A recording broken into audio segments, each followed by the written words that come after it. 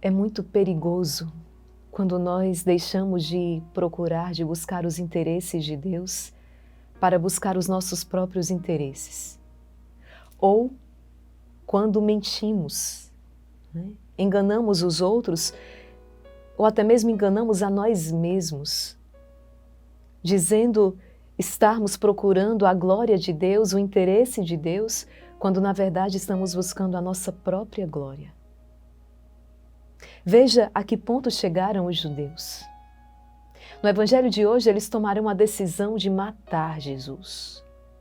E vão justificar o seu ato. Vão dizer que Jesus oferece um perigo à nação. A nação pode ser destruída por causa de Jesus. Na verdade, a nação será destruída, mas em razão da ausência de Jesus. Você lembra quando Jesus olhou para Jerusalém e chorou? E disse: Jerusalém, Jerusalém, tu que apedrejas os teus profetas, matam aqueles que te são enviados. Como eu quis reunir os teus filhos, como a galinha recolhe os seus pintinhos debaixo das suas asas, mas vós não os quisestes. Dias virão em que sereis destruída. A nação será destruída. Mas não é por causa da presença de Jesus, mas por causa da ausência dele. Quantas vezes ao longo desses dias nós escutamos dizendo assim, e Jesus se retirava. Como hoje, Jesus se retira para um lugar deserto. Muitas vezes Jesus também se retira de dentro das nossas casas, de dentro das nossas comunidades. Exatamente quando nós resistimos a Ele, a Sua palavra, e justificando os nossos atos tantas vezes. Vejam que os judeus, eles dizem, eles mentem. São João Crisóstomo vai dizer o seguinte: é mentira, é ficção tudo o que dizem os judeus. Como? Como Jesus destruiria? Como Jesus seria o responsável pela destruição da nação? Que razões havia para que suspeitassem disso? Por acaso o viam cercado de homens armados e seguido por uma cavalaria? Não frequentava em vez disso os desertos? Mas para que não pensassem que diziam isso movidos por seus próprios interesses, dizem os judeus, destruirão nossa cidade. Mentirosos. Os judeus, na verdade, estão com medo, os chefes dos judeus estão com medo de perder o seu poder temporal. Eles só pensam nisso, no poder temporal deles. É o poder. Mais uma vez está aqui o poder que corrompe. É algo diabólico. É diabólico. Temiam perder as coisas temporais e sequer pensavam na vida eterna. Lembra quando Jesus falou, dai a César o que é de César, dai a Deus o que é de Deus? Muito pelo contrário, a presença de Jesus, o ensinamento de Jesus, a verdade revelada, era exatamente aquilo que podia salvá-los. Mas eles decidem matar Jesus. E por isso eles perecerão. Recorde-se que 70 anos depois, a justiça de Deus tarda, mas não falha, não é? 70 anos depois, pode demorar, mas uma hora a conta chega. 70 anos depois, Jerusalém será sitiada e destruída pelos romanos.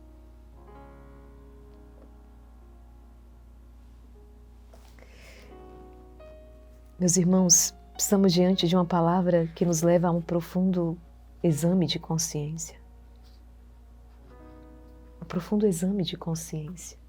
Porque nós também, eu sei que ao longo desses dias, quando nós nos deparamos com as atitudes, não é, dos judeus, nós como que nos surpreendemos, nos escandalizamos, como é possível, como eles fazem algo, como eles fazem isso. Quando adentrarmos ali na paixão do Senhor e seguirmos o Senhor na sua via sacra e virmos aqueles algozes, aqueles homens flagelando Jesus, nós ficamos indignados Como eles podem fazer isso ao nosso Deus, mas acontece que nós não podemos nos colocar à parte dessa história. Ele morreu por causa dos meus pecados. Entende que quantas pessoas, inclusive nessa Sexta-feira Santa, estarão matando Jesus, crucificando Jesus? Na verdade, todos os dias, quando nós comunhamos de maneira sacrílega, quando nós abusamos da misericórdia de Deus, quando não recorremos ao sacramento da confissão com verdade, quando omitimos as nossas falhas ou quando camuflamos as nossas falhas, quando dizemos estarmos buscando a glória de Deus, mas na verdade sabemos que não. Então nós somos também esses homens que condenam o Senhor aqui no nosso coração. Quando nós manipulamos a verdade para que a verdade nos sirva, quando manipulamos a verdade para podermos continuar na nossa vida de pecado, quando precisamos manipular a verdade para dizer isso não é pecado, isso é algo antiquado, isso é algo antigo. Nós estamos crucificando Jesus, nós estamos mentindo. Nós estamos fazendo o mesmo caminho dos judeus. Não reconheceram a verdade e pereceram, porque o pecado é uma ferida em todo o corpo místico. Não é? Todo o corpo místico de Cristo. Mas é também verdade que eu me prejudico. É você que se prejudica. Foram esses homens que se prejudicaram. Aquela história, né? Você jogar uma pedra para cima, achando que vai cair na cabeça de outra pessoa, quando na verdade cai na sua própria. É você tomar um veneno esperando que o outro pereça, mas na verdade somos nós que perecemos porque o pecado é uma desgraça. Por mais que a autoridade A, B, C ou D venha dizer que não é, isso não muda a palavra de Deus. É uma desgraça, continuará sendo uma desgraça, será sempre uma desgraça. Concordemos ou não, reconheçamos ou não. E ainda sobre este evangelho, Caifás, o sumo sacerdote naquele ano, vai dizer, não é? É melhor um só morrer pelo povo do que perecer a nação inteira. E João vai dizer, Caifás não falou isso por si mesmo, não. Sendo o sumo sacerdote, em função naquele ano, professou que Jesus iria morrer pela nação, e não só pela nação de João, o evangelista, mas também para reunir os filhos de Deus dispersos. Há um propósito em tudo aquilo. Você sabe que ninguém vai tirar a vida de Jesus. É Ele que a entregará. Ele diz, ninguém tira a minha vida, não. Sou eu que a entrego. Sou eu que a entrego. Então por que Jesus caminha para a morte? Por que Jesus então passa por ela?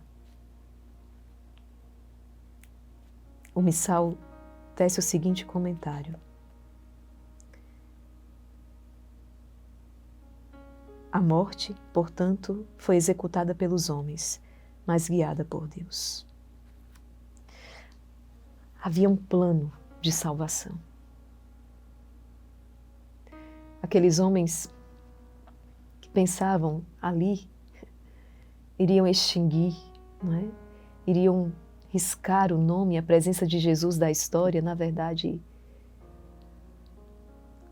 ela se tornou ainda mais forte na vida daqueles que creram, na vida daqueles que acreditaram.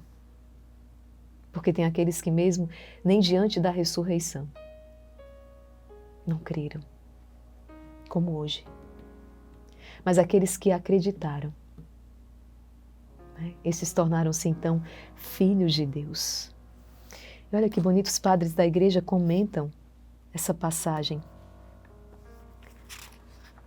Como é que Caifás poderia profetizar sendo um homem mau, um homem justo? Orígenes vai dizer, nem todo que profetiza é profeta. Assim como nem todo que pratica uma ação justa é justo. Como, por exemplo, aquele que o faz por vanglória. Caifás, portanto, profetizou e, no entanto, não era profeta. Caifás não disse nada por si mesmo, nem exprimiu seu próprio pensamento, pois ignorava o sentido profético de suas palavras. Santo Agostinho vai dizer, Aprendemos aqui que também os homens maus predizem as coisas futuras com espírito de profecia. O que, no entanto, o evangelista atribui ao ministério sagrado é porque era pontífice. São João Crisóstomo diz: vê quão grande é o poder do Espírito Santo, da mente do homem mau faz sair palavras de profecia. Quão grande é o poder do pontificado, sendo pontífice, ainda que indigno, ainda que mau, Caifás profetiza sem saber o que diz. A graça vale-se da sua boca sem tocar o seu coração corrompido.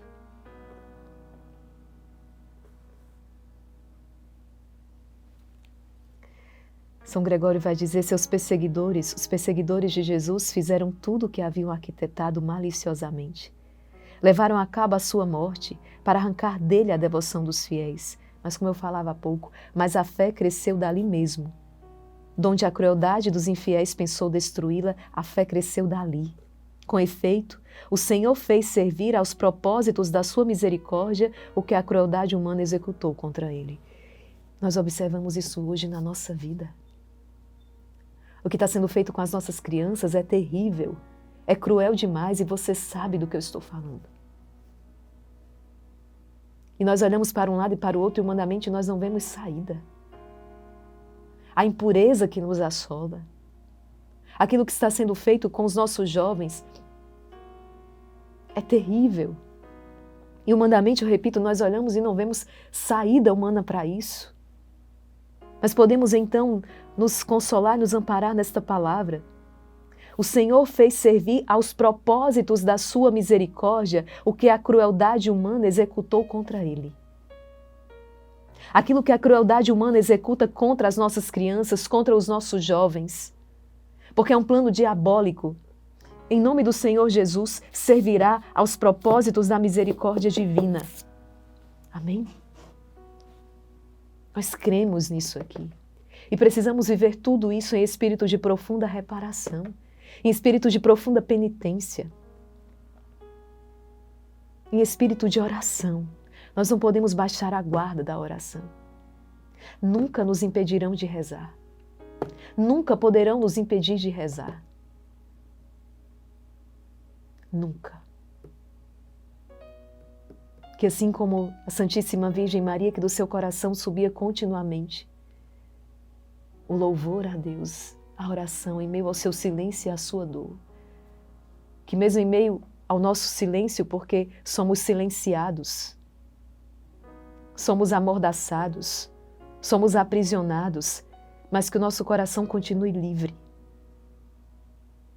A mordaça, a algema física não é a verdadeira prisão. A verdadeira prisão, como diz São João Paulo II, é um coração fechado. Essa é a prisão. Mas ainda que fisicamente aprisionados, que o nosso coração esteja livre, como São Paulo detido e preso, que dentro da penitenciária, dentro daquela cela, louvava ao Senhor e era visitado pelos anjos.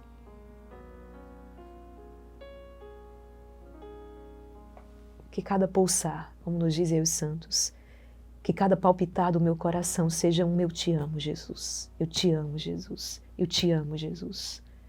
Quem impedirá? Não é? Quando esse coração parar de bater aqui, é porque passou a bater na eternidade junto àquele a quem nós amamos. Tomemos a decisão de crer verdadeiramente em Jesus e de segui-lo, não apenas até o Tabor, mas segui-lo até o Calvário, para morrermos com Ele. Se morremos com Cristo, ressuscitaremos. E não tenhamos medo. Não tenhamos medo. Lembre-se que a crueldade humana está a serviço do propósito da misericórdia de Deus. Quando Deus manda, até o diabo obedece. Proclamemos esta palavra com muita fé. Pelo sinal da Santa Cruz, livrai-nos Deus, nosso Senhor, dos nossos inimigos. Em nome do Pai, do Filho e do Espírito Santo. Amém. Evangelho segundo São João, capítulo 11, versículos do 45 ao 56. Vinde Espírito Santo, vinde por meio da poderosa intercessão do Imaculado Coração de Maria, vossa amadíssima esposa. Naquele tempo, muitos dos judeus que tinham ido à casa de Maria e viram o que Jesus fizera, creram nele. Alguns, porém, foram ter com os fariseus e contaram o que Jesus tinha feito. Então os sumos sacerdotes e os fariseus reuniram um conselho e disseram: o que faremos? Este homem realiza muitos sinais. Se deixamos que ele continue assim, todos vão acreditar nele e virão os romanos e destruirão nosso lugar santo e a nossa nação. Um deles, chamado Caifás, sumo sacerdote em função naquele ano, disse: vós não entendeis nada. Não percebeis que é melhor um só morrer pelo povo do que perecer a nação inteira? Caifás não falou isso por si mesmo, sendo sumo sacerdote em função naquele ano, profetizou que Jesus iria morrer pela nação. E não só pela nação, mas também para reunir os filhos de Deus dispersos. A partir desse dia, as autoridades judaicas tomaram a decisão de matar Jesus. Por isso, Jesus não andava mais em público no meio dos judeus. Retirou-se para uma região perto do deserto, para a cidade chamada Efraim. Ali permaneceu com os seus discípulos. A Páscoa dos judeus estava próxima. Muita gente do campo tinha subido a Jerusalém para se purificar antes da Páscoa. Procuravam Jesus e, ao reunirem-se no templo, comentavam entre si: o que vos parece? Será que ele não vem para a festa? Palavra da salvação, glória a vós, Senhor.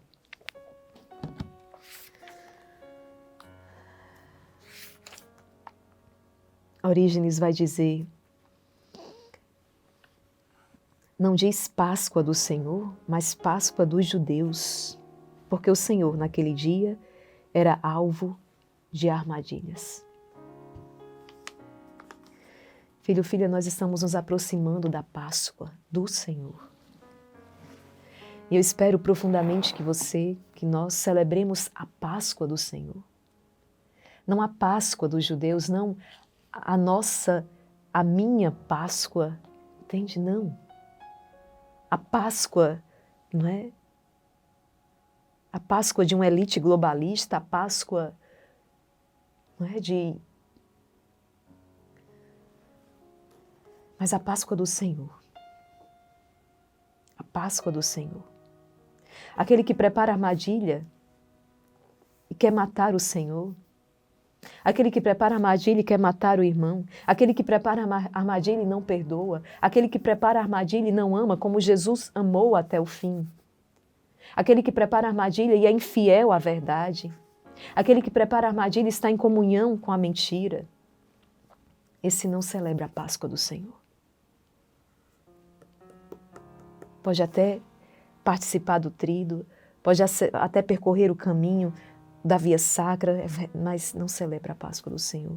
Celebra a Páscoa do judeu, celebra a sua própria Páscoa, mas não a Páscoa do Senhor. Diga: eu quero celebrar, eu quero viver, eu quero celebrar a Páscoa do Senhor, a Páscoa de Jesus. Eu quero morrer com Cristo para com Ele ressuscitar. O cenário é desolador, não é?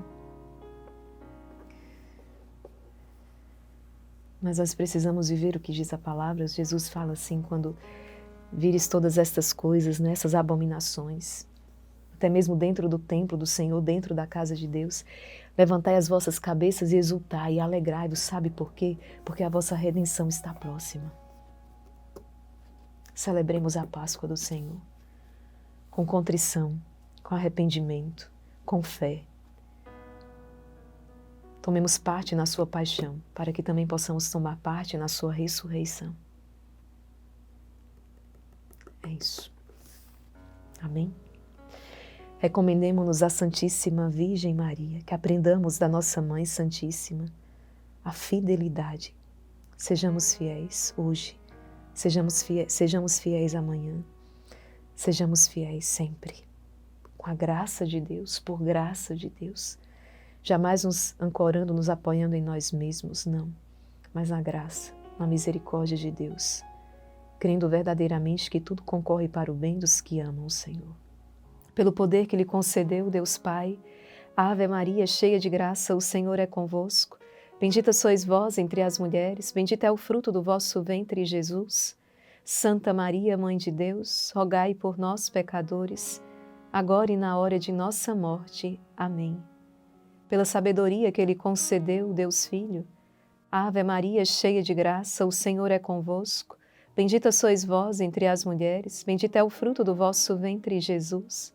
Santa Maria, Mãe de Deus, rogai por nós, pecadores, agora e na hora de nossa morte. Amém. Pelo amor que lhe concedeu Deus Espírito Santo, Ave Maria, cheia de graça, o Senhor é convosco. Bendita sois vós entre as mulheres, bendito é o fruto do vosso ventre, Jesus. Santa Maria, Mãe de Deus, rogai por nós, pecadores, agora e na hora de nossa morte. Amém. Rogai por nós, Santa Mãe de Deus, para que sejamos dignos das promessas de Cristo. Filho, filha, Deus abençoe você e até o nosso próximo encontro, se Deus quiser. Em nome do Pai, do Filho, do Espírito Santo. Amém.